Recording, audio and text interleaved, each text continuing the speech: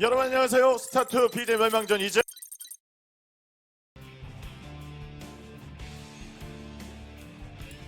Hello guys, welcome to another day of amazing team BJ Destruction League. Hope you're all set and strapped in for this one.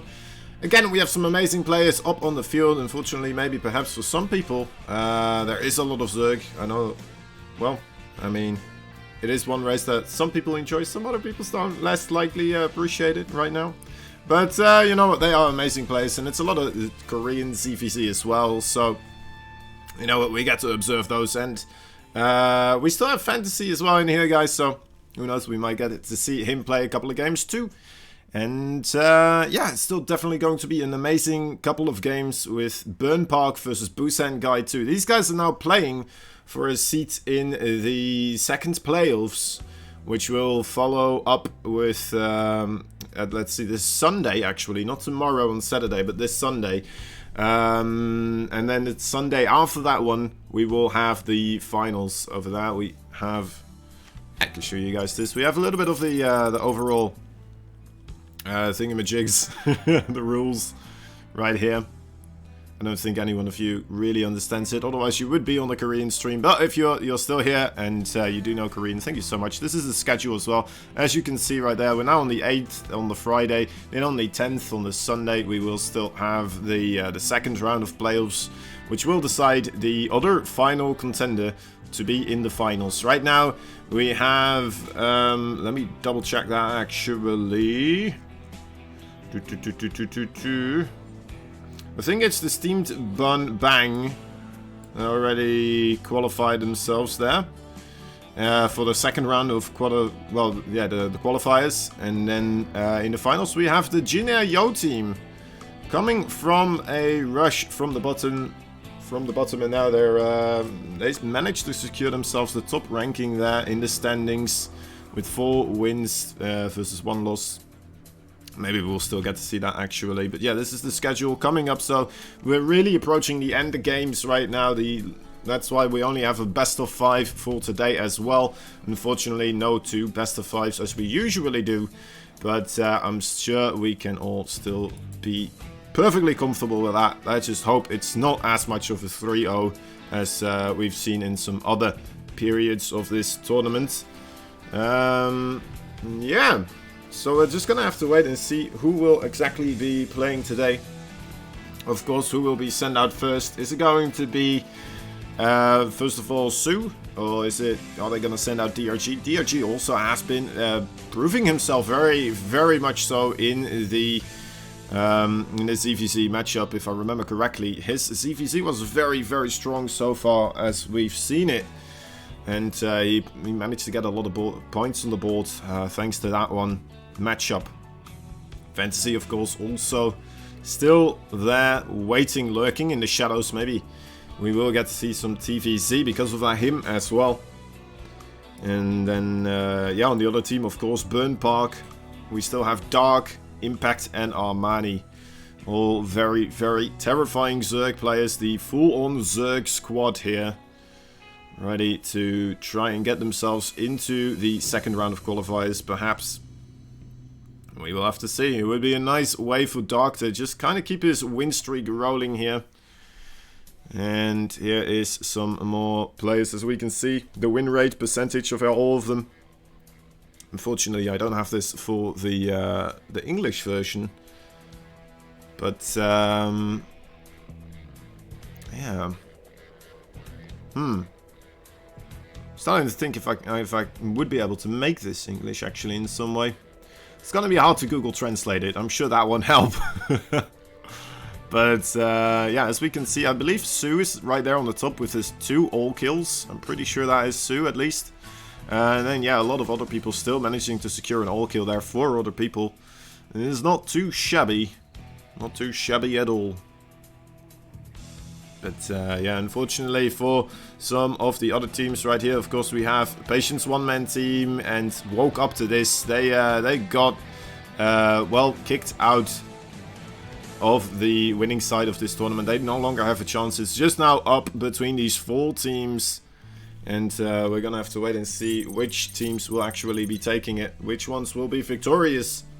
at least today, and then have a chance to continue onwards into that second round of qualifiers, and then perhaps into the finals as well. So maybe we're gonna see a comeback for the ages, of course. Here's somebody coming through, basically, which you can kind of call the losers bracket, right? I know people don't like to call it. I mean, the lower qualification rounds, I suppose. The lowest seeding players here. Of course, that being said, it doesn't mean that these players are anywhere near losing quality. Honestly, they are fantastic players. And here we go. First of all, we have Fantasy being sent out. And he's facing off against Armani. Armani, of course, for the Burn Park. And Fantasy for the Boost and Guy 2 team. And, well, Fantasy, he's gonna risk it all immediately in the first game. He's going for it. He's bringing out the big guns. He's going with 2 SCVs across the map here. He's starting a couple of barracks anytime now. There they are. Alright, I mean, if you want to put it all on the line like this, I'm sure it is perfectly fine. You still have Su and Dongregu as well. Dongregu had some, as I said before, magnificent C4C matches, so maybe they're kind of banking on having that pull them through as well. We're gonna have to wait and see what will happen exactly, of course. Armani still happily droning away, actually going up to 18 drones here before adding a extractor. And then later on adding the pool, I would imagine. There it is, alright. The Overlord is about to scout these barracks out. It's gonna happen at any time now. Alright, here we go. This should be the moment. And there's the first barracks, second barracks. He's not pulling away yet, so Fantasy should be aware that the Overlord has scouted him. As he is starting to make those Marines. No drones yet have been pulled. He needs to start pulling them rather, well, at some point, right, to try and deny any bunker building from occurring, or at least the Marines to get inside of the bunker. Or he's just gonna have to sack his natural base here before anything really gets off the ground. And it looks like he may actually do that, because he still hasn't sent any drones down. He's okay, he lets his natural finish too. And he's just gonna put some spine crawlers. He's gonna go straight into Roach Warren as well. So, a little bit of a very patient play here. And Fantasy deciding to try and take on the hatchery before moving into the main base here. Can't say I blame him. He probably isn't aware about the very, very delayed spawning pool here. As Armani decided to be a little bit more greedy than he potentially should have been in this situation. Well, at least against this build. And now he's going to try to salvage the situation using that Roach Warren here. So far, not that many losses yet being taken by Armani. He has the Spine Crawler as well. And I mean, as soon as those roaches pop out, Armani should definitely have a nice answer for this aggression here. He most likely will still lose his natural with the bunker being there. But still, I mean, this is still a reasonable response out of Armani. He's not really taking too much now. Like, I'm sure it won't snowball into a... It might still do though, actually, but... I mean, it's gonna still be hard, very difficult for Fantasy to go into that main base here, I would imagine. Those two links, a nice little distraction force, perhaps. Alright, the Marines coming forward, trying to gun down that Spine Crawler. Unfortunately for Fantasy, though, he just doesn't have the numbers here. And Marines, they are not that great against Roaches or Spine Crawlers, to be fair. So just retreating now, moving away with all those Marines. And after killing off that, well, natural base, just gonna try attempt to set himself into a safe zone here. Going back towards the high ground. Gonna be able to target down a Ravager here. Not too shabby. Killing off a Roach too. That is very nice. Alright, maybe being able to get another one here. If he gets the Ravager. There we go. That is a good solid start to deny any form of counter-aggression now. As Armani just trying to reset up his base. One of those barracks is flying over here, of course. You want to be able to see what your opponent is doing. Is he still making roaches? Is he now just making drones? What are you doing exactly, Armani? That's what Fantasy wants to know.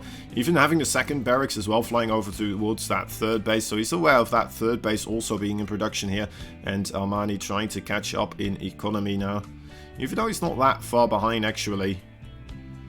don't think that was too much of a devastating assault, and a very nice response from Armani. Very well thought out.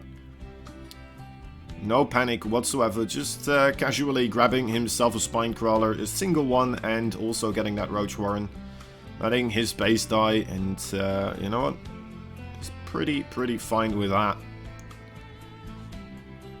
Not in a too bad position. He didn't lose that many drones either, which is could be a big deal sometimes if you do try to pull a lot of drones for the defense against this. But yeah, very clean way to deal with this. And me personally, I haven't seen that much. Alright, Cloak Banshee on the way here as well for Fantasy.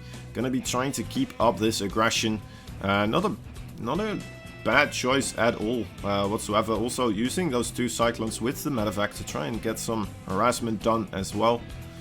Of course, Armani might feel like he can't invest that much into a quick early layer or a lot of Spore Crawlers in all the bases. So you know what, that Banshee might be able to get some work done here. In combination with the Overlords being cleaned out by those Cyclones, making it very difficult for Armani to scout here, who of course also hasn't invested in the quick Overlord speed. Nice pickup once again here for Fantasy. Not allowing anything to really take too much damage there, except for maybe the medevac taking a bit. Alright, the Banshee did get scouted out by that Overlord. A little bit unfortunate meeting there in mid-air. But Armani is now completely aware, putting down Spore Crawlers in that. You know, that might make it a little bit more difficult for Fantasy now, who is going to go into a battle mech composition using those Banshees as well. He's gunning down the Queens here, actually. Going for 1 Queen kill instead of any drone kills. And that might be because he is, of course, going to go for the speed Banshee upgrade here. So definitely want to invest more so in Banshees than you would normally see. Oh, my dear lord, doesn't want to lose his first Banshee. Really doesn't want to lose that first Banshee. You're right, moving backwards now. It's very difficult here because he only has the 1 tech-labbed starport, of course. So he has to choose between making the 1 medevac already kind of delayed the Banshees, and then if you lose another Banshee, you don't really make them that quickly. So that upgrade then, you know what, not as valuable anymore at that point. The Banshees, of course, also should be able to keep Fantasy safe from any type of Roach aggression, as long as Fantasy is aware that it's coming across the map. He can have his Banshees just continuously poking away at that force. And then especially with the Hellions and Cyclones combined as well, that's a very nice mobile force that can kite for absolute eons.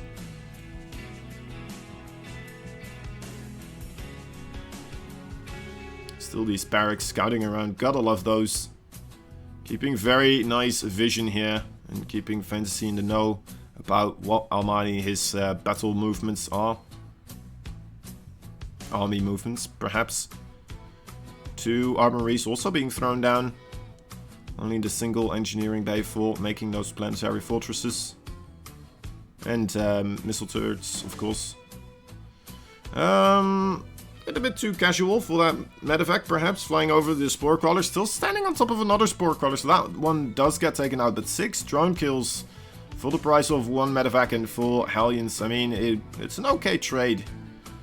You definitely want to do, you know, a little bit more, perhaps. Especially if you lose the medevac as well, but yeah, it's still okay. You need to do some sort of economic damage here. And wait, is Armani actually just only on 35 workers? That is actually quite big then, 6 kills. I felt like he would have more, but it looks like he's just investing a lot in those Queens and Roaches and going up to a very, very cool... No, wait, that's the army supply, of course. Oh, my bad. Korean text is confusing me. But yeah, of course, that is the army supply. Hive Tech, though, already on the way as well. Not that much delayed, considering how the game opened up, right? Losing his first expansion, already still being able to get that Hive technology up before the 10-minute mark. That is quite something else. Alright.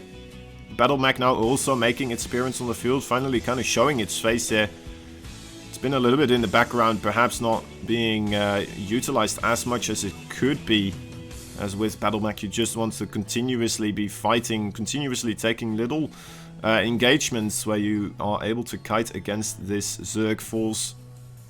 But Fantasy truly taxing his multitasking here, using those Banshees, dropping as well, and then continuously expanding while also going for BattleMech.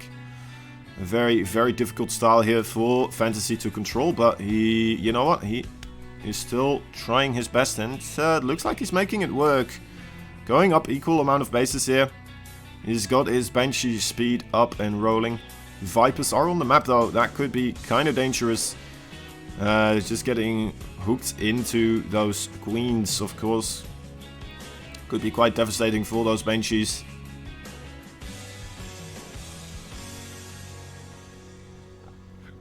Fantasy almost getting that 4th base. As he's looking for a 5th base potentially on that top right corner, but realizing nothing's there, so only going in with the Hellions to get some drone kills on the other base. Very cool. He does have Blue Flame. This could be big. And nice little drone block there. Drone blockade. 5 only going down here. Again, not the most amazing trade, but you know what? It's still better than nothing, of course. A full 4 Hellions only. You know what? That's alright. Taxing the Zerg player as well a little bit here on the other side of the map. One thing that is really nice to see as well is the lack of creep spread that we're seeing right here, because of Fantasy being able to just block it continuously and being all over the map here. Not really giving Armani any, you know, time to do anything else, such as the spreading of creep. More Banshees, look at that. Those speed Banshee force, the task force trying their best to infiltrate the Zerg base here, killing off Queens, but there's so many Spore Crawlers now.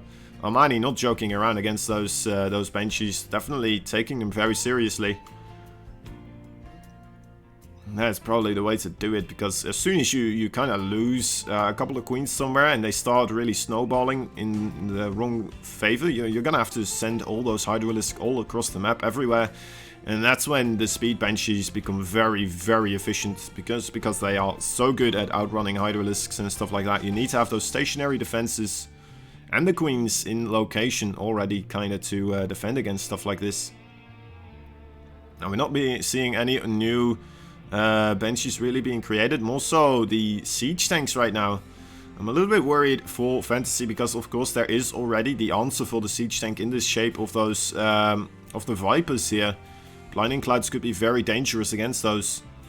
So we're gonna have to see very, very good control and positioning of those siege tanks.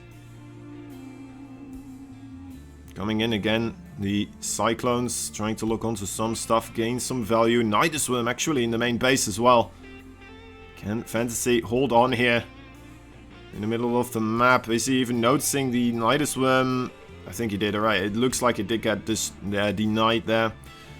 Although Armani is continuously still flying around with that Overseer, trying to get somewhere where he can put that down. Alright, I mean, Lurkus now in a very dangerous position. The siege tanks not here yet on the low ground to really help out with this situation. And 2 bases that were almost done have to be cancelled here.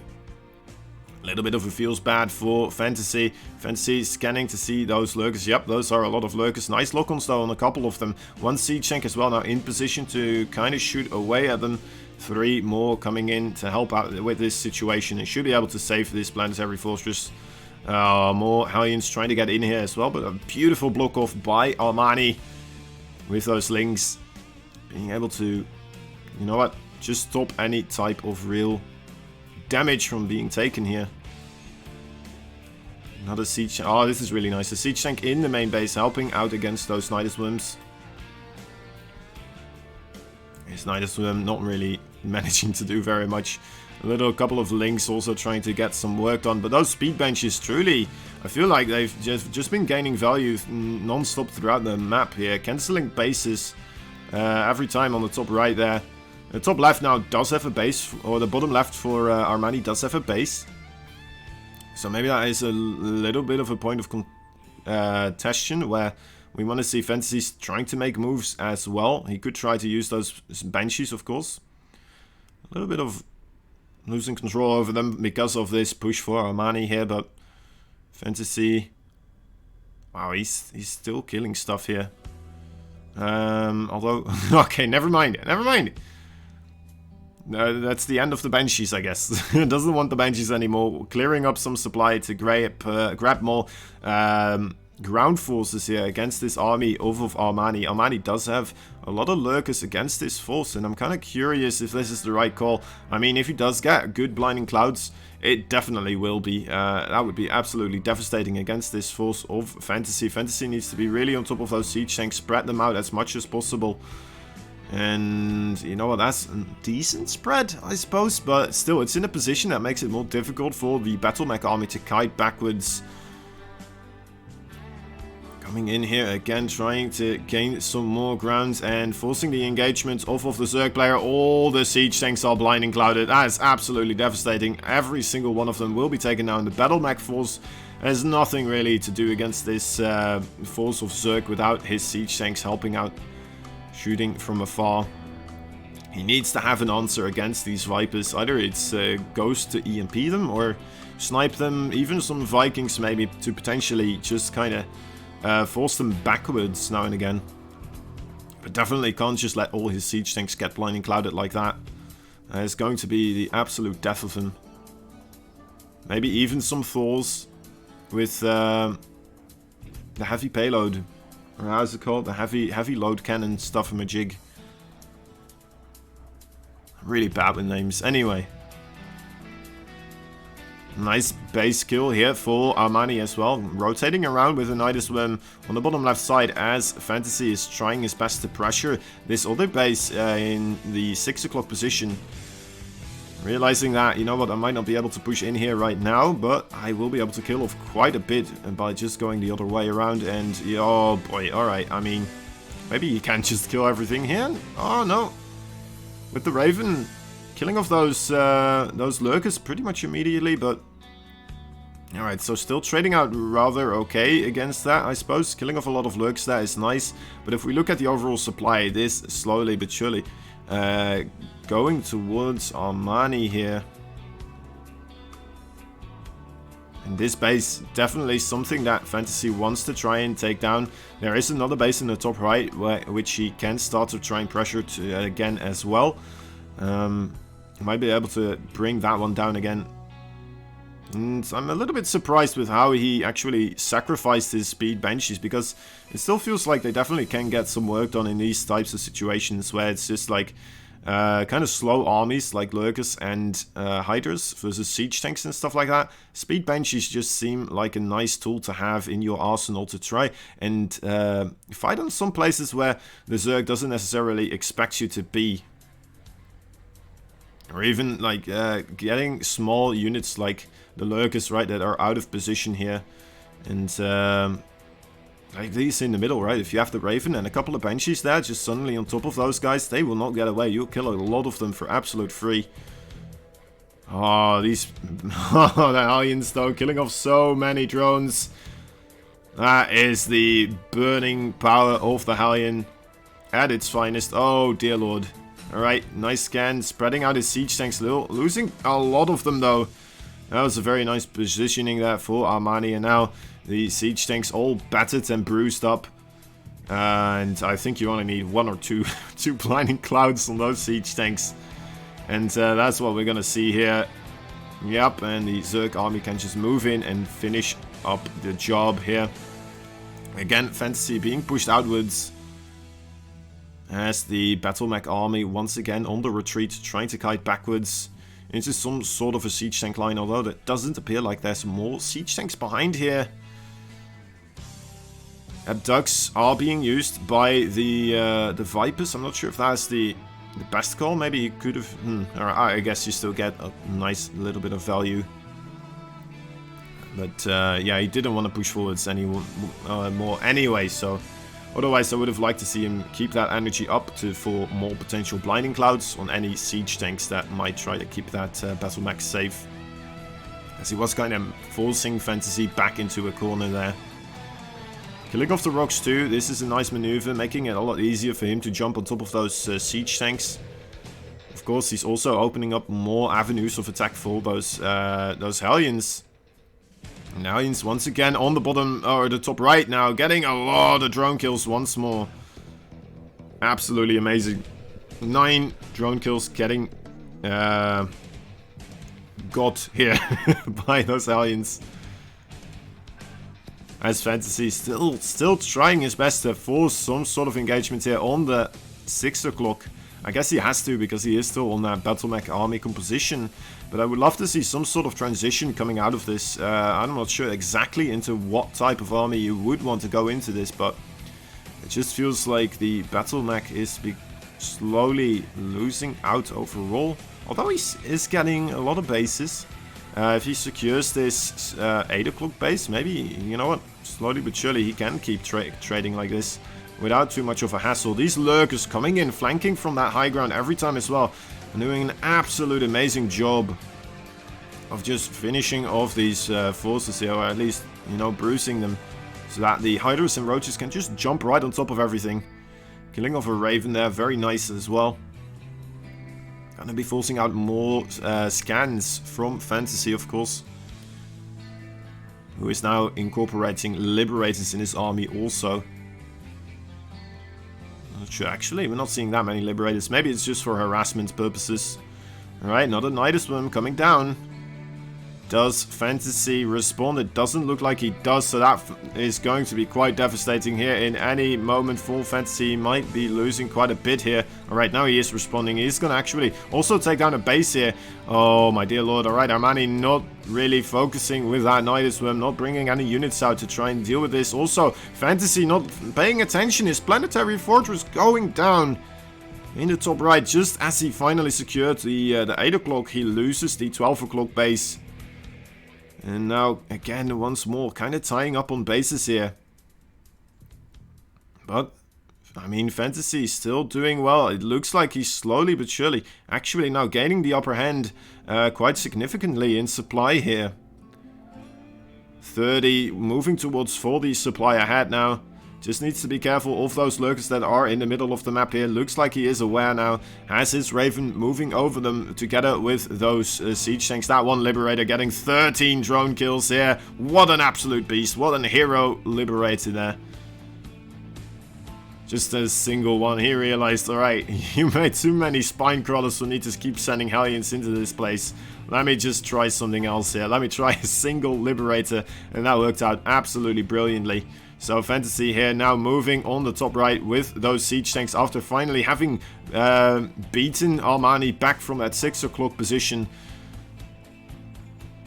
Rotating into this base. If he kills off this base as well, I'm not sure if I still like Armani's chances here. I mean, this Nidusworm in the main base is nice, but he's still gonna have to find a way to deal with the Terran army, and he won't have much of an economy to do so with.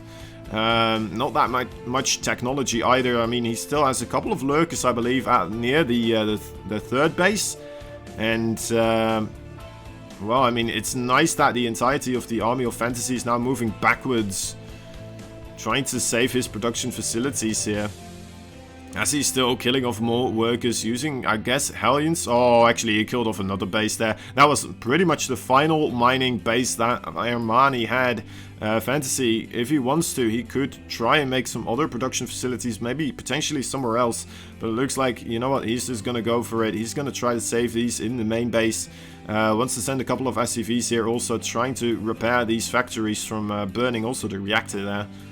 Not a bad choice.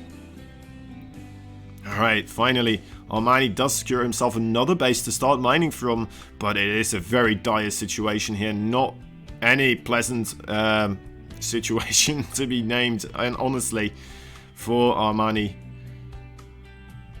And now coming forwards again, this army for Fantasy should be more than enough to deal with this Zerg force. The tiny couple of units left here doesn't even need to siege up. Armani GG's out. Doesn't manage to secure himself a victory there. I thought he was in an alright spot, but Fantasy just too on top of things.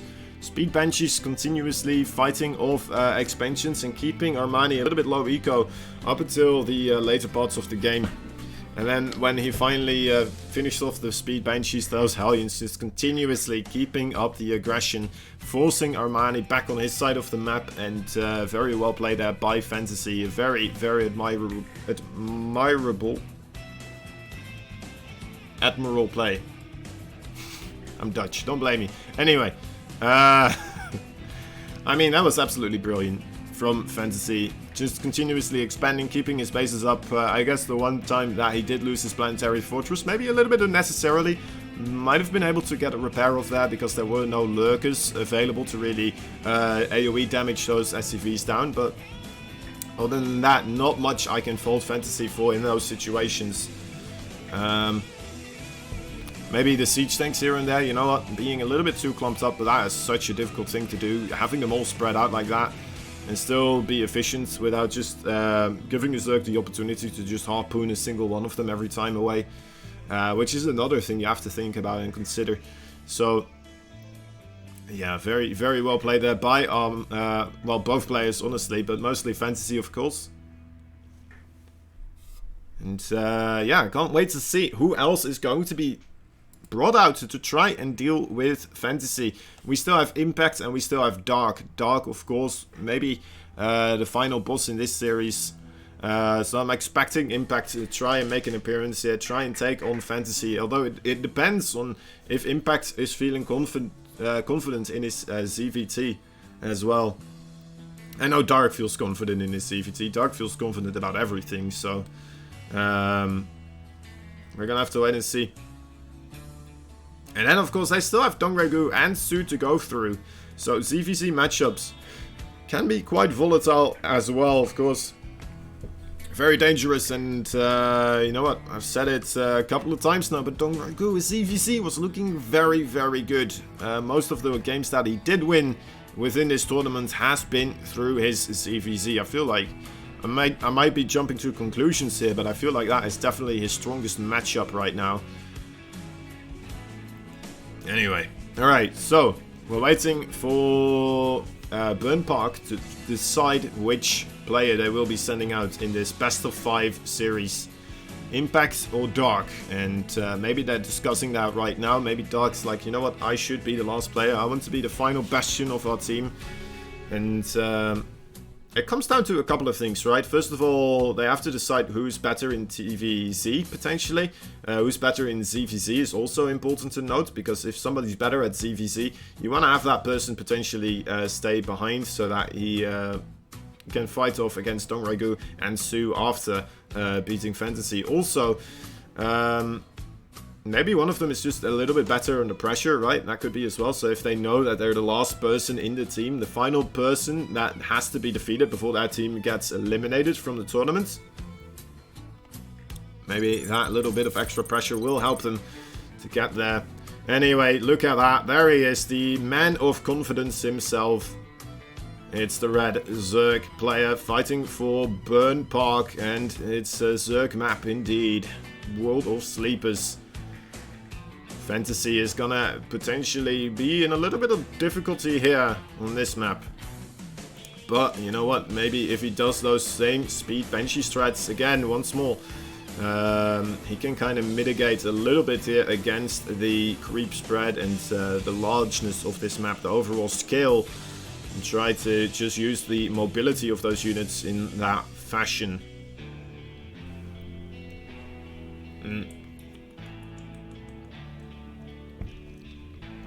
Alright. Fantasy versus Dark. Now this is one for the ages, guys. This is one I was kind of hoping secretly we would see. Dark versus Fantasy. No offense on Armani, but you know what? Whenever you see Dark play, it's just a little bit more hype overall.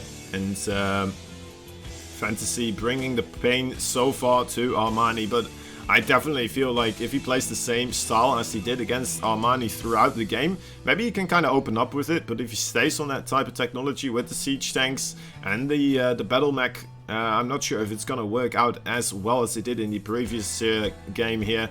Just because, well, first of all, right now you're playing against Dark, but not only that, this map is so much bigger. It's gonna take you so much more time for those siege tanks to move across the map, and counterattacks are gonna be so much more lethal because of it. Nidusworm attacks are gonna be more lethal. Anything of that sort is going to be an absolute pain to deal with, even with a mobile force like Battleneck. But then, yeah, as I said, if you start moving in with the siege tanks as well, if you start incorporating those too, it's gonna amplify that weakness, or at least the problems that you will have in those situations.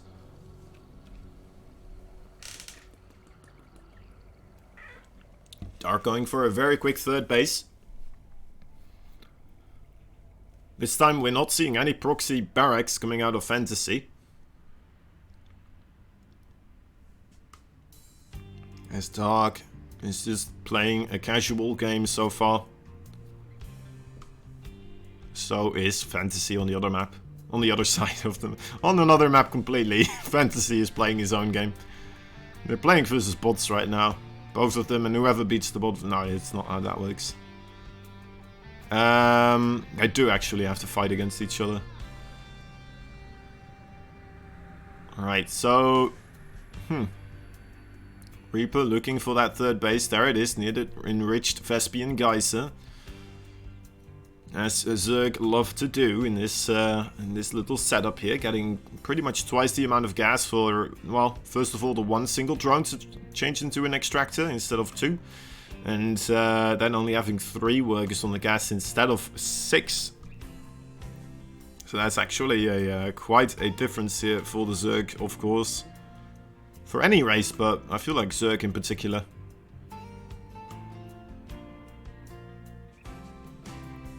Reaper is going to be managing to get in here potentially. Nope. Does run away from those full Zerglings, waiting for him. The Roach Warren is on the way. But we're still seeing so many drones being created. I don't think this is any sort of all-in coming out. This is just a little bit of a defensive play from Dark, getting those Roaches here. We do have a Fusion Core been created, so Battlecruisers is going to be the way for Fantasy to try and mitigate the enormous overall skill of this desert planet. The teleportation is, you know what, it's pretty much on equal footing as the Nidusworm in a way. Okay, that Reaper's a dead boy. Sorry, Mr. Reaper. You did your job well, but you didn't do that much, I suppose. I guess he saw the third base and stuff, so he knew that it was kind of standard play overall. Lynx trying to get on top of those Hellions, but nice little bit of micro there from Fantasy, not allowing that to happen. We are seeing quite a lot of pressure actually coming out of Dark. More Roaches streaming across the map as more Zerglings are being created behind this. This could actually be very devastating with the Battlecruiser coming out, and a lot of Ravagers as well actually. Not that many Hellions here to help out against those Lynx. He needs to keep those alive. He doesn't want those Lynx fighting against his Marines and everything. Alright, the Battlecruiser does manage to make his appearance. I suppose the big scale of this map is a little bit of a downside for attacks like these, just because right now, you know what, the Roaches and Ravagers that would have hit normally on smaller maps right before the Battlecruiser actually got out on the map, but because of the largeness, the Battlecruiser now is on the map and it's going to be able to run after these Roaches and Ravagers all the way back home again.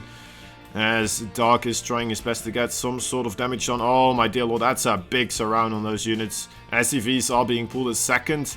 Battlecruiser was on the way here, but 6 workers going down, 7 workers. It's not too shabby, and alright, a little bit of a trade here, but of course he still needs to deal with the Battlecruiser on his side of the map that just teleported inwards. The Roaches and Ravagers deciding, you know what, you went to my base, I'm gonna go back to your base again as well. I believe the second Battlecruiser, it's so close to being finished. We actually are seeing 2 Battlecruisers at the same time being created here by Fantasy. So he's going all in with the Battlecruiser technology. Dark only just now having his lay attack being finished up here. Might not be able to get those Spire up in time before taking quite significant drone damage. with these battlecruisers still roaming around, rummaging around one of those.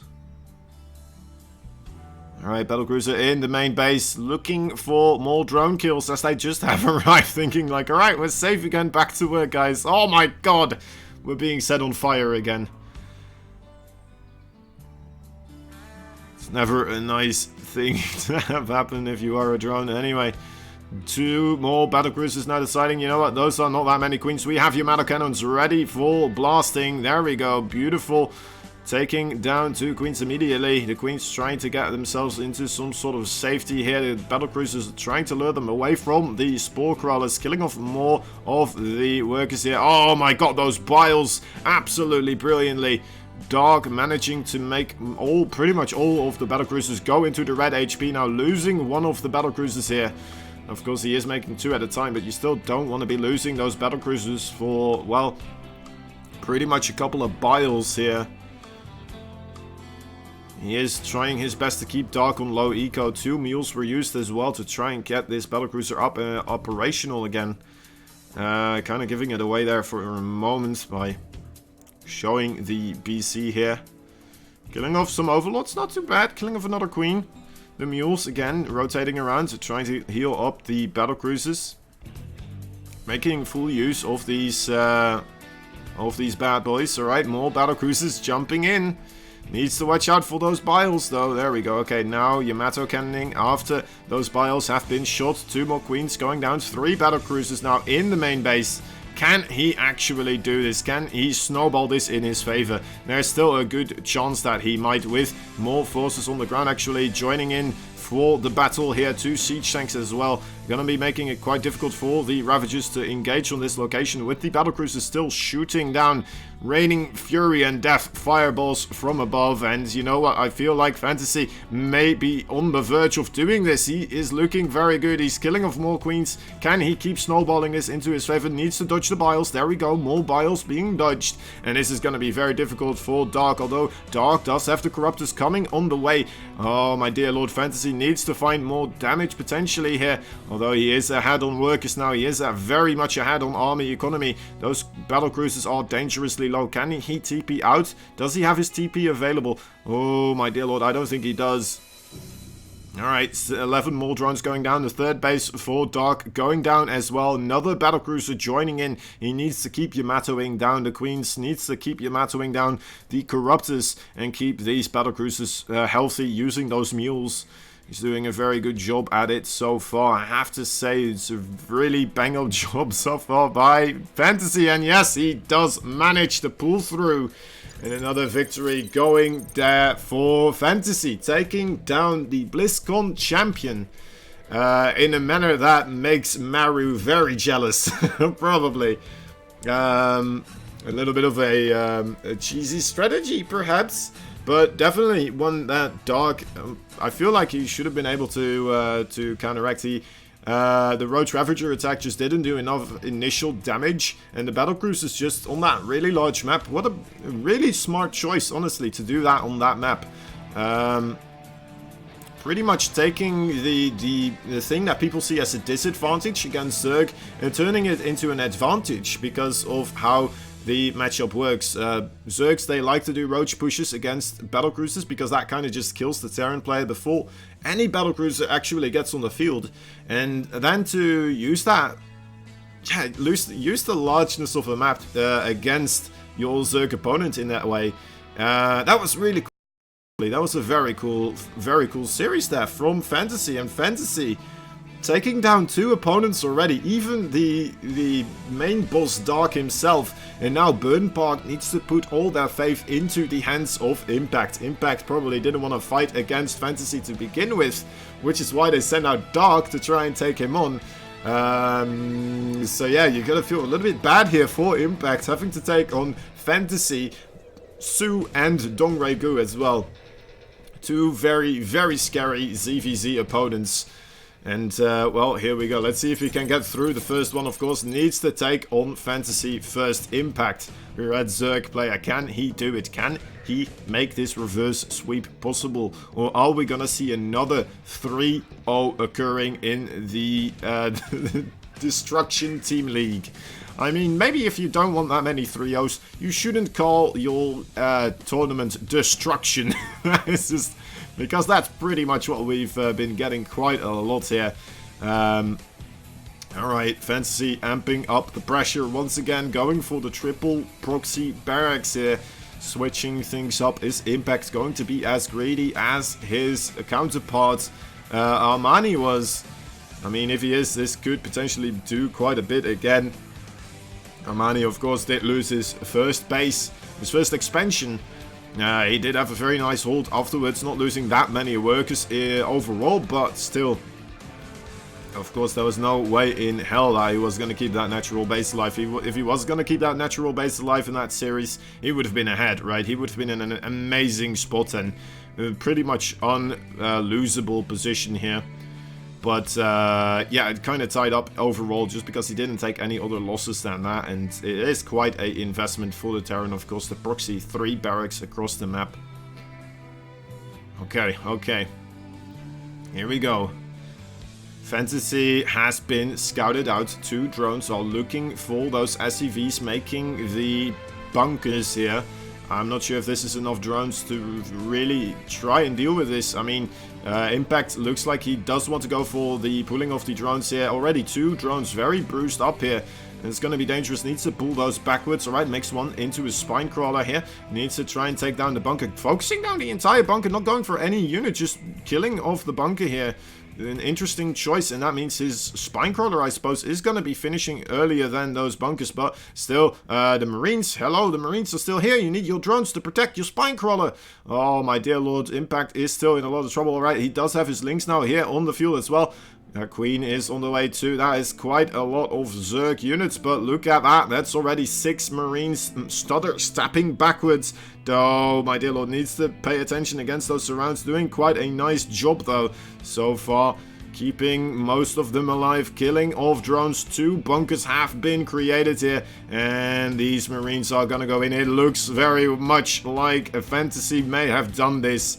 He's moving forwards, trying to micro as best as he can. Is Impact, but losing a Queen, losing all his drones. The bunkers are here. 10 drones are dead. The GG is called. Fantasy taking a 3-0 victory against all these Zerg opponents. Who would have thought that would happen? Oh my dear Lord.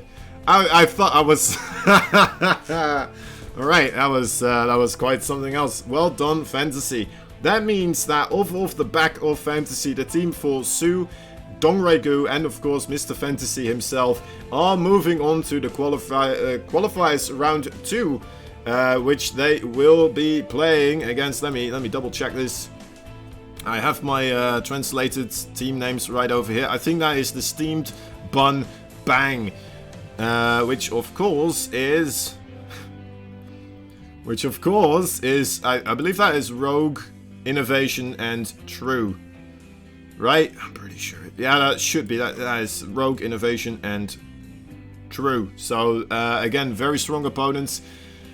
And no, just TVC will be available there for Mr. Fantasy. Fantasy, what an absolute beast, guys. Oh, my dear lords. Now, that was not it for StarCraft for us today. Unfortunately for the BJ Destruction Team League, it was for today. We will continue this on Sunday, but before you go, guys, I do want to let you know that in about, let me see actually on Team Liquid to get a exact indicator of time, in 6 hours and 10 minutes on this same channel, we will be having another lovely little tournament here. And let me see if I did this correctly. Yes, it is. All right, there we have it. One little change up. Namshar, he is not joining anymore. We do have, in fact, sort of playing instead of Namshar there, so do not mind that. But other than that, Estrella, Euthermal, Puck, Cuddlebear, Denver, Clam, sort of, and Cam will be joining us for a lovely tournament. Well, they aren't all going to be playing today. Let me actually see, double check which team will be playing today. 4 of them. I think Estrella versus sort of, which is, you know what, that is a PvZ series that is still in my mind. I absolutely love that one. It was absolutely brilliant. Did they already do the bowing? I missed the bow. Oh, wait. Oh, we're doing highlights. We're doing highlights here. Are we? Oh, no. It's the best of... They're continuing. Oh, my God. There's a revive? I thought it was the best of 5. I was convinced it was the best of 5, guys. I'm sorry. How could I not have known? Does this mean it's the best of 7? I was told it was the best of 5. I promise.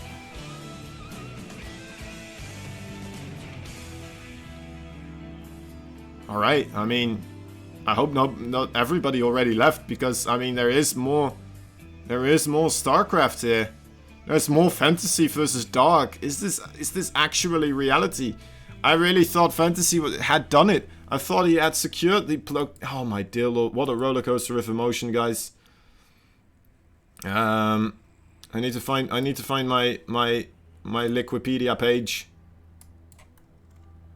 I need to know what I did wrong. Oh, E. It's not really showing anything for me. Huh. Alright. Looks like we do have a... Trying to find anything on the rules about this. I'm trying to read. What exactly is happening? I was misinformed. But anyway, we have Fantasy versus Dark one more time here. It looks like, and you know what? I feel like Dark is going to be able to, you know what? It's probably all right. So this is me just making assumptions blindly, right? But this must be one of those revive mechanics. And then if Dark can beat all of the 3 players, and then again also a revived player, they still have a chance. If Fantasy just beats Dark straight up here, well then that's gonna be it. Dark actually opting to go for the same response here as you saw Impact or Amani do, going for the Road Drone, not even attempting to send all his drones over to try and take down the SCVs and the Marines here. Just allowing that second base to get destroyed. More games are taking place. My dear lord. My dear lord, what a treat. What a surprise. It's like one of those game shows where they're like suddenly like, oh, well that's it guys, thank you for, wait, what is this? Extra challenger appears. And then it's like, oh my dear lord. It's like any kind of anime where you're like, alright, well that's the end of the boss, and he's dead now, and then he just suddenly comes back from the from death, and he just like transformed into some being that is like 10 times as powerful as before. And we might be seeing that exact same thing here, guys. I'm not sure. Is Dark gonna be able to still get themselves some points up on the board, potentially get a reverse all kill here?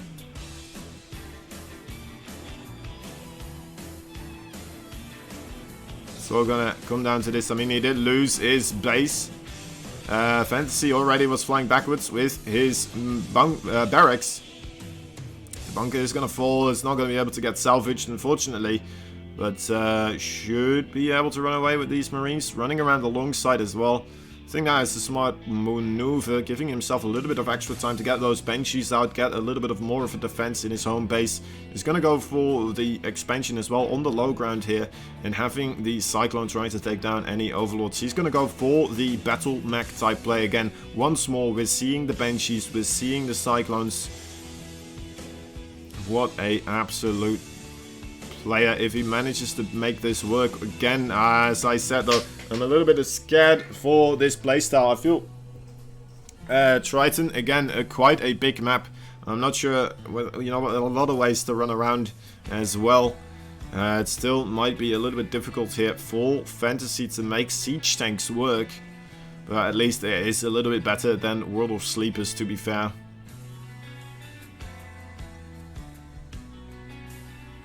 Right, Biles dropping right on top of the barracks here.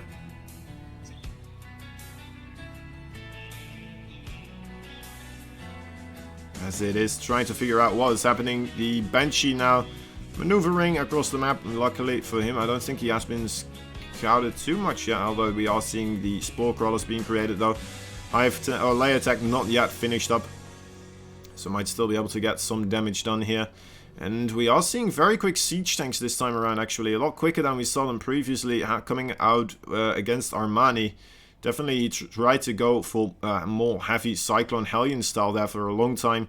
But Fantasy, it looks like also he's playing a lot more defensively now. He's getting his third base a little bit quicker, not going for as much of aggression. We're not seeing the speed upgrade for the Banshee either on the production tab, so no more other Banshees either. So I don't think he's actually going to go for this exact same thing. He's just kind of making it look like it, and now he's going to go for Stimpack. So he's going to go transition into Bio. So he even had me fooled there for quite a while. Double engineering bay. Dark's gonna be thinking about, you know what, he just saw that game between Armani and Fantasy as well. He must have the same inclination as I just had, right? Seeing that Banshee, seeing the Cyclones, are all the signs for him to go Battle Mech here. And then Fantasy just makes the transition into the Siege Tank Bio play. Now still, I mean, Bio... very mobile, but again, in combination with those siege tanks, your pushes are gonna be quite slow. You know, it's easier for Zergs to do counterattacks on these bigger maps.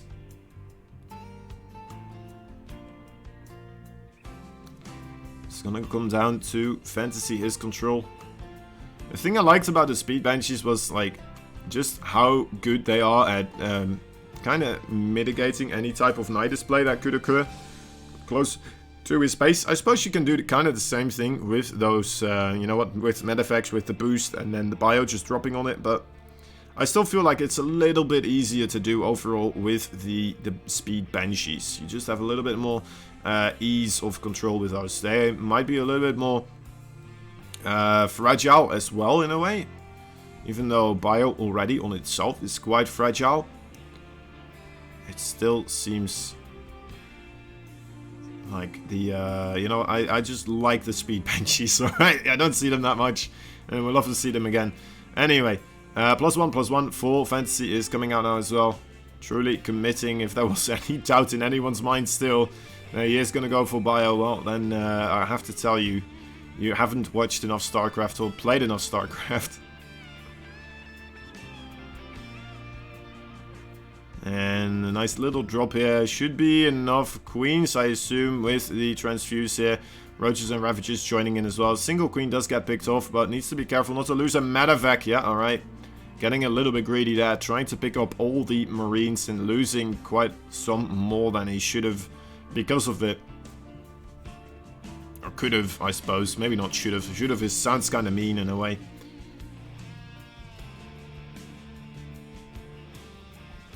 Slight little bit of aggression here as well. Again, on the 4th base.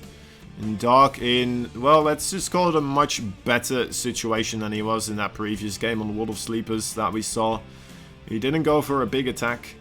He didn't lose quite a couple of queens due to those battlecruisers. He didn't get caught off guard, in a sense, by double battlecruisers either.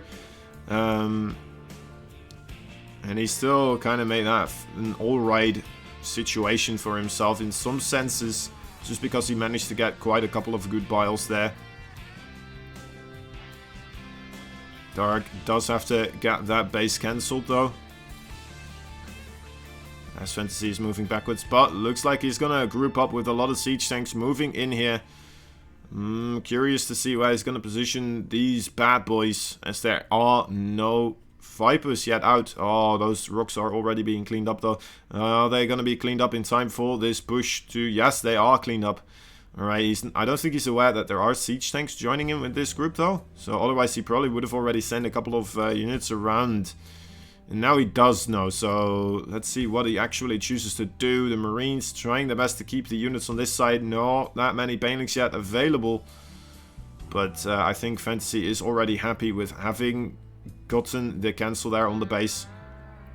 It's just a very weird place to kind of siege up. I feel like he's just trying to get Dark to chase him and then follow him into the siege tank fire without him fully realizing that that is what happened, and then taking more losses than he should have, taking a couple more tank volleys in the face before really realizing and running away with his forces again.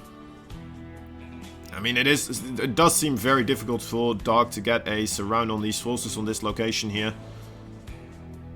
And the Bioforces can kind of move back and forth between these places. But of course you can get a surround on those Bioforces on this place.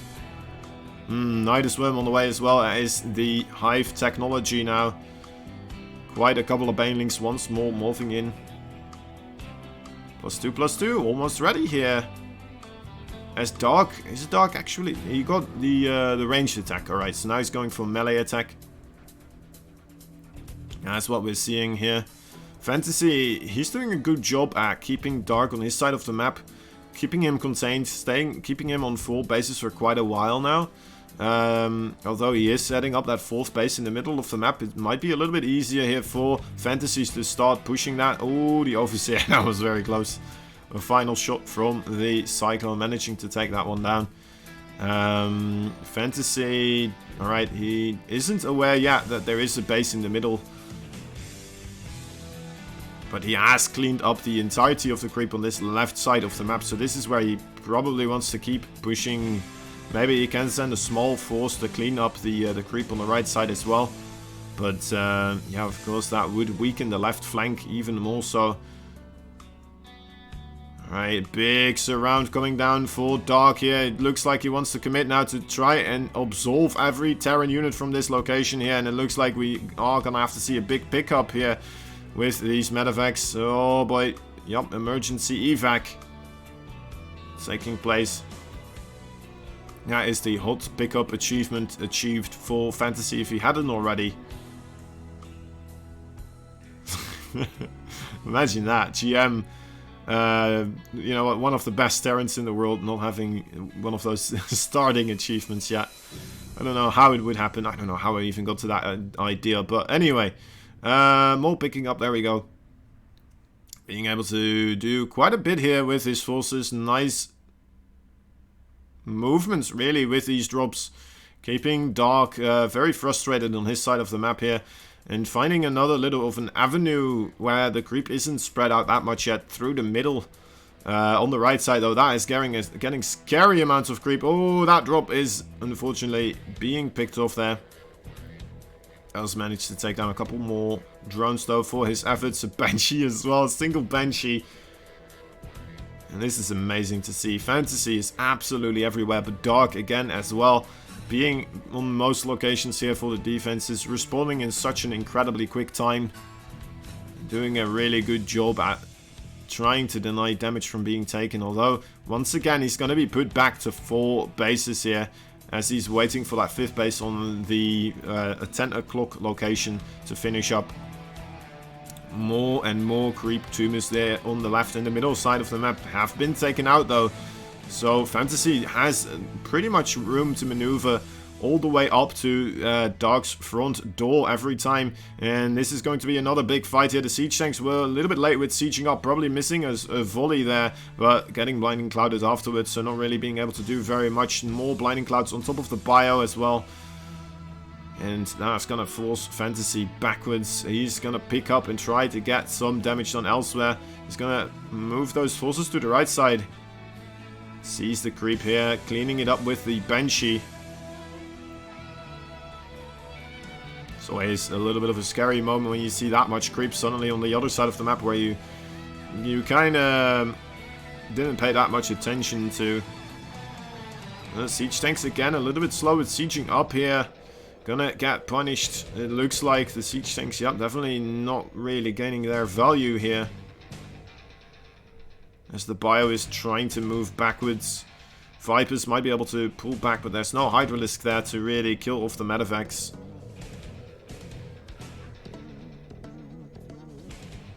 So another base actually. Oh my dear lord, getting so dangerously low. If he gets this, it would be absolutely massive, of course, but it looks like Dark once again being on the ball here, getting everything done. But again, oh my god, Fantasy, will you ever stop? Just non-stop aggression every single time. He just has more and more units. It's like we're seeing a Zerg, you know what, being Zerged. That's what we're seeing here. Being overwhelmed. It's starting to feel like one of those campaign missions where there's just on brutal difficulty, where there's just units absolutely everywhere, just continuously attacking every place. But no, it is in fact Fantasy. This is not a computer just, you know what, cheating out more units. This is Fantasy just squeezing out more units somehow, some way. As he is kind of on the clock, that as we are seeing Ultralisk in the production tab right now, he is getting more Marauders to kind of mitigate against this. I feel like he knows that something like this is on the way. Oh, another nice pick up there. He is so good. Oh, needs to be careful. Big Blinding Cloud, but a lot of Siege Tanks there in the back, getting nice volleys on top of those Banelings. Looks like, again, this is going to get cleaned up, but he should be able to retreat with his Bioforces if he does so desire. Might be able to get them somewhere else again. Another drop in the main base, somehow, some way, maneuvering his way through the Zerg lines. He's absolutely everywhere. This man is a beast in TVZ, that is for sure. Win or lose from this situation. Look at that skin, by the way, as well, guys. That is an amazing skin. That shows that Dark, he did some BlizzCon stuff, that is for sure. It looks so cool, the old Ultralisk skin in StarCraft 2. Oh, that was not a cancel either, actually. And I'm not even sure if Fantasy realizes now, like, are those Ultralisks? Are those new units? I'm sure he knows. He's been a StarCraft 1 player as well, so he should know. That's for sure. Oh my god, getting another base, please. Oh my god, yes. This is amazing. Fantasy is just absolutely everywhere. Oh, it was so close. He almost got that one, but he's moving in on the left side as well. Hello, Dark. You just moved too many forces to try and deal with that situation. Now you're gonna lose this base instead. And down it goes. It wasn't as much mining going on in that location, but definitely Dark hurting very much so here for economy. He wants to get more bases up, but Fantasy just relentless with his pressure, relentless with his aggression. I would love to see the units lost tab here, as both these players now pretty much just gathering up their final well, trying to get their maxed out army. I think they pretty much already have all the upgrades that they need to. Maybe like some armor plating for buildings or something like that. I'm not sure if he has the movement speed for the Ultralisk either. That would be a big mistake if he hasn't. I'm gonna have to pay attention here whether or not we are seeing. Oh my god, another base dead. I'm not seeing the little white lines next to the Ultralisk. I don't think he has it, does he? He doesn't have movement speed for Ultralisk. That is a big mistake. We're seeing another base fall while there is a big engagement here in the middle of the map. Nice parasitic bombs right on top of those medevacs, bringing them down to very low HP. Finally, some splitting going on for those forces, so he's going to keep quite a couple of them still up and rolling, but needs to be careful though. One single bile, and that could be the end for that force. Oh, dear lord. Dark actually being reduced to 3 base economy again. Fantasy on an absolute tear against Dark again in a second game. If this was a best of 3, well, I wouldn't want to be Dark in this situation, because it looks like Fantasy may very well have his number. He's been absolutely tearing him apart bit by bit by bit, just non-stop, being absolutely everywhere on the map. This is pretty much the first time that we're seeing non-multi-pronged aggression here coming out. This is just a single single place push, but he is gathering up forces in the middle there, trying to get them to move towards the other base in the middle. Nice maneuvering though. He still needs to be careful. That army for Dark still very, very scary. Very lethal as well. But with these forces just continuously keeping Dark on his side of the map, he is able to trade out as well efficiently as possible. There he is again, killing off another base. Dark is scrambling, trying to find some sort of base to mine with, but he's just being pulled apart. This is not pulled chicken, but this is pulled Dark. Unrecognizable. Losing his infestation pit. Luckily for him, he's not getting any infestors anyway. I don't think infestors would have been a bad choice here, actually. Just getting a... Oh, my dear lord. Alright, that was a bit of a miss, Micro, but I don't blame him. I mean, if you look at how much is happening right now, this is probably the more important thing to really focus on here. Fantasy moving backwards, doesn't one. He killed off pretty much all the Ultralisk. Needs to pay attention for that Baneling. Doesn't want to get hit by those more parasitic bombs right on top of those Medivacs. But beautiful split coming out for Fantasy. Once again, moving in from the right side here with another Ragtaggedy Falls. Hello, Mr. Hatchery. We heard that there's a new one here in town. We're ready to take you on and kill an Ultralisk while we do so. Coming forwards once again, and alright, Dark will be able to manage to defend against this, but on the left side, alright, it looks like Dark is kind of learning the dance here, learning the tempo, the initiative. Oh my god, he lost the base though in the middle.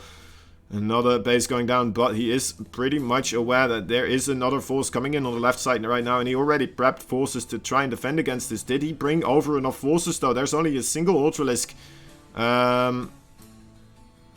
Okay, I'm pretty sure those Ultralisks have speed now, right? That was quite a quick Ultralisk. I'm not even sure. I'm not even sure if you can see the white lines as properly on these skins. You know what? You know what? I don't think he has Ultralisk speed still. I could be wrong. I could be making a fool out of myself, but that would be an absolutely devastating mistake. If he doesn't, well then I'm just flabbergasted by the micro from Fantasy, because it just doesn't look like these Ultralisks are getting anywhere near the Bioforces for Fantasy. Needs to split up his Medivacs. Oh dear lord. Alright, there we go. Losing so many of them over and over again, but still recreating just enough for his forces to, you know what, keep healthy. And oh my god, it's amazing as well. Like Dark, he's been scrambling for economy for so long now, and losing so many bases. Yeah, he is still in this game. He's not taken devastating losses. Yeah, he's on 157 supply. It doesn't feel that way because his army is still that big. But you know what? His economy has been scrambled up quite badly, and that is why it's so difficult now for Dark to try and deal with this.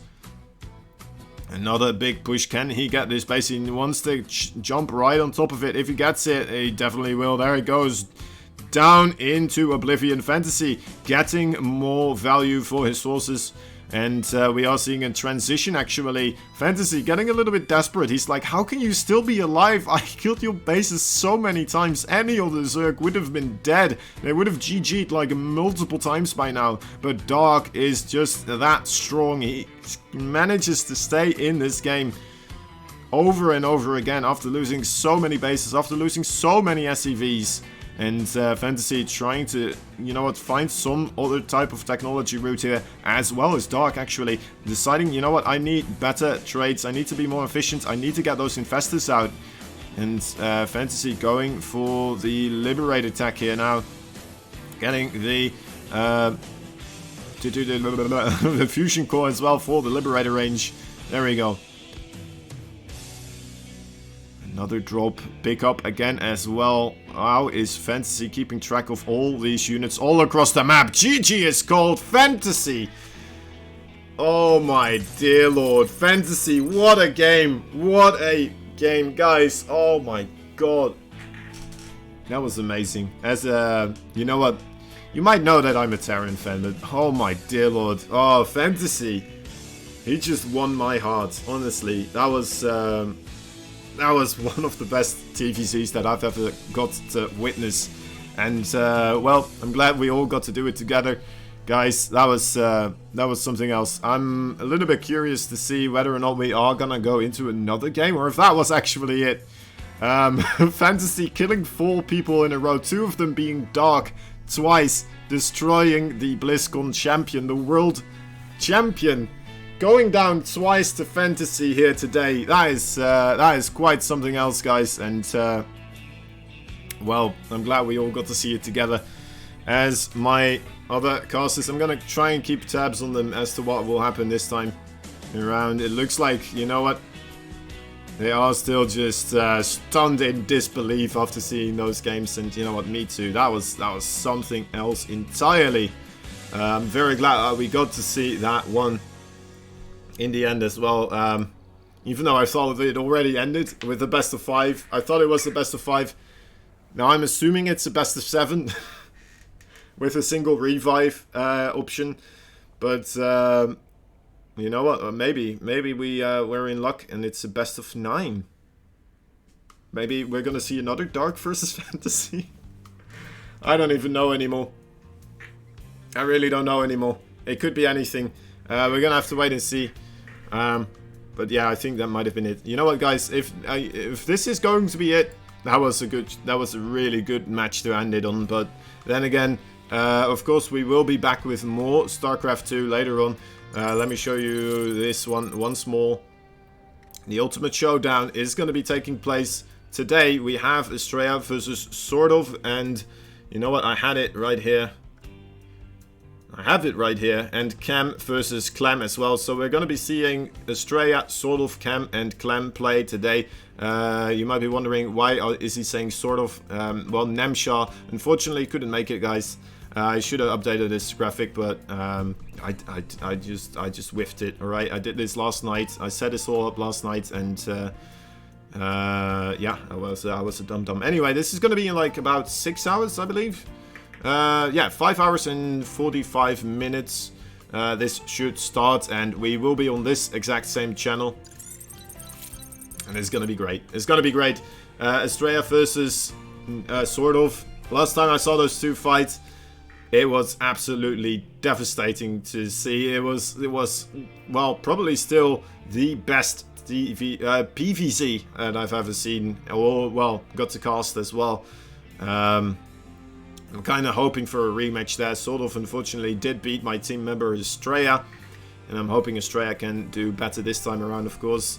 But yeah, I mean, fantasy today though. Let's go back to that. There it is. All right, final results today. I think they bowed, but I missed it. Let's just go into this. Unless if we're going back to them. No, we might do. Anyway, I'll bow twice if that's the case.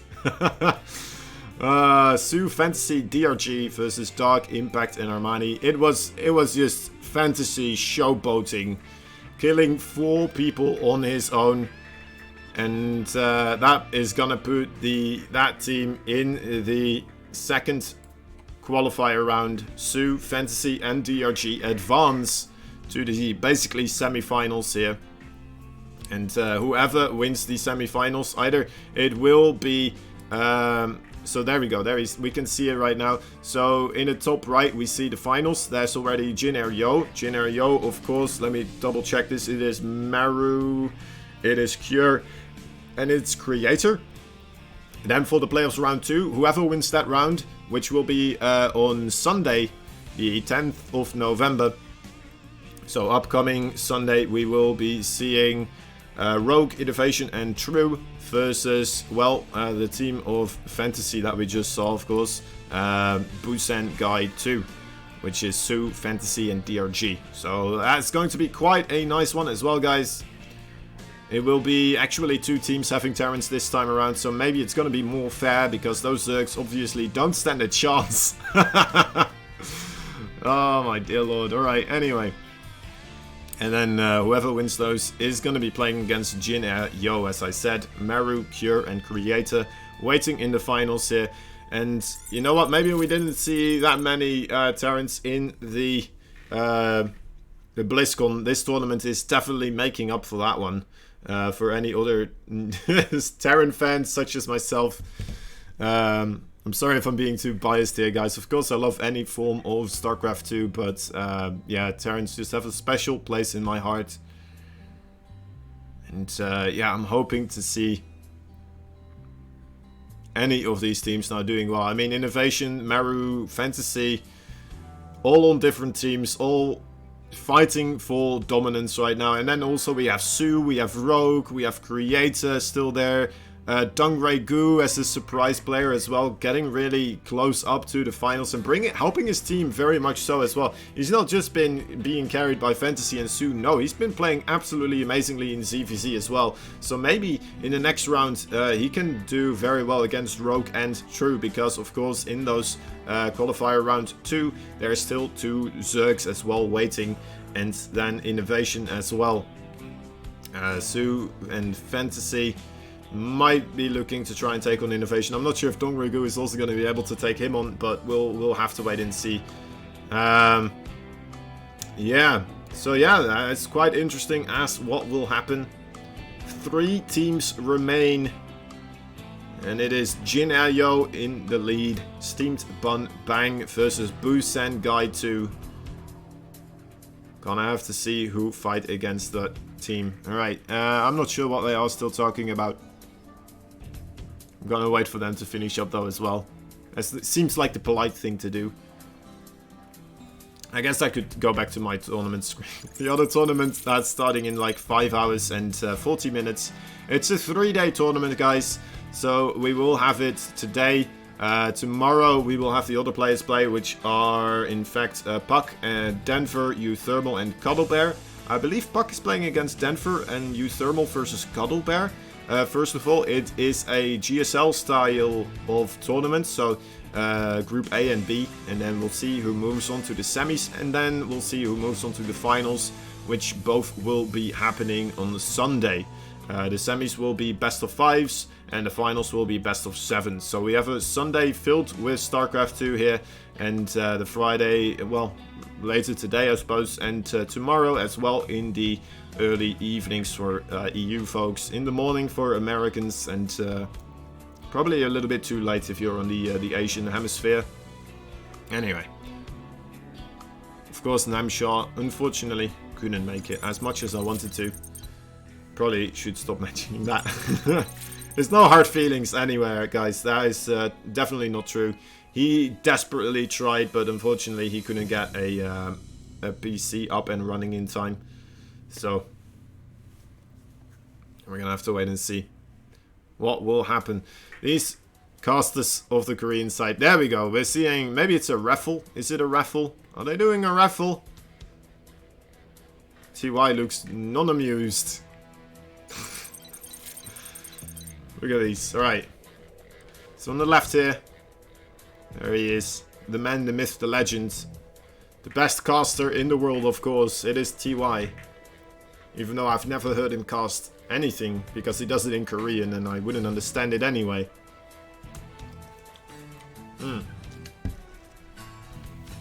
Maybe just the best overall, because he is, of course, a GSL contender, while he's not commentating as well. Anyhow, I'm still waiting for these guys to finish up. And still, of course, there might just suddenly be another game out of nowhere. I don't think there will be, otherwise they would have probably not used the today's results. Alright, looks like we're getting ready for the bow. I think. Getting ready. Don't want to close the stream before they do, because they have this awesome outro that I want to kind of piggyback off of. And shut down the stream with that. This is all going to be edited out of the VOD. Anyway. Right. I've been Really Kozen, by the way. I think I should mention who I am as well. You can find me over here at Really Kozen. It's this this thing over here that I'm tapping on right now. Yeah, I have a Twitter. I have a Twitch. Mostly use those things. So if you want to see more of me, make sure to give me a follow there. And I would very much appreciate it. Alright. These guys still thinking about what the possibilities are between these two players. Or, well, the remaining teams, I suppose. Maybe they're talking about some sponsors as well. I mean, I could do that too. Afrika TV, absolutely brilliant. Blizzard Entertainment, StarCraft 2, also on the screens here. Being the best game in existence, of course.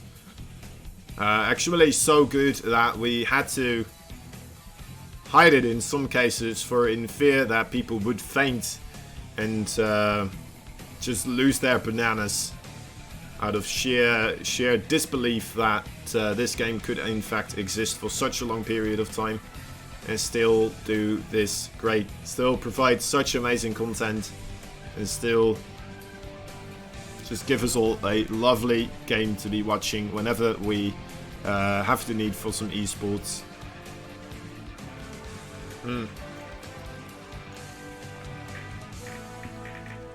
Alright.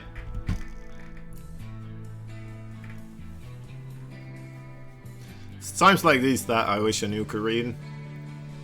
Whenever this happens, then as soon as the stream goes down, I completely forget about it and I just don't learn it. I don't mind anymore as much. Alright. They're sitting upright, which makes me think they're getting ready again. No. No. It's not happening. I'm gonna miss it out as well every time this happens. Every time this happens. I don't even know why people would still be watching this. Next match. Alright, we're back at the next match. Okay, guys, remember, when we see it again, Burn Park now being eliminated by Busan Guy 2. Busan Guy 2 moving on to the playoffs round 2. And then we have them facing off against Steamed Bun Bang. And the winner between those playoff rounds 2 will be moving on to fight against Jin Air Yo, where the team of Maru, Cure and Creator is waiting in that final round to be the final boss. I'm not sure if I believe the sign in the middle there is a time indicator, I would assume. Oh, right, the finals, by the way, guys. This is quite important. It starts a lot earlier than the normal ones do. So it's gonna be 5 AM for me. I'm gonna do my best to be as lively as ever when those finals arrive. But I'll definitely be there. I do not want to miss those games. Casting these players is always just an absolute joy for me. And I'm always so thankful for being able to do it. Not getting messages like, just shut down the stream, so that's like, should be good. Okay, it looks like they're getting ready again to bow. I'm sure this is the time. If it isn't, well, then I've made a fool of myself for another time. I'm starting to get pretty good at that, so. Are we gonna bow? No, we're not. Okay, we're just chilling still. Alright. Other stuff to mention? Yeah, follow Alpha. Oh, God, we're bowing. Okay. I tried. I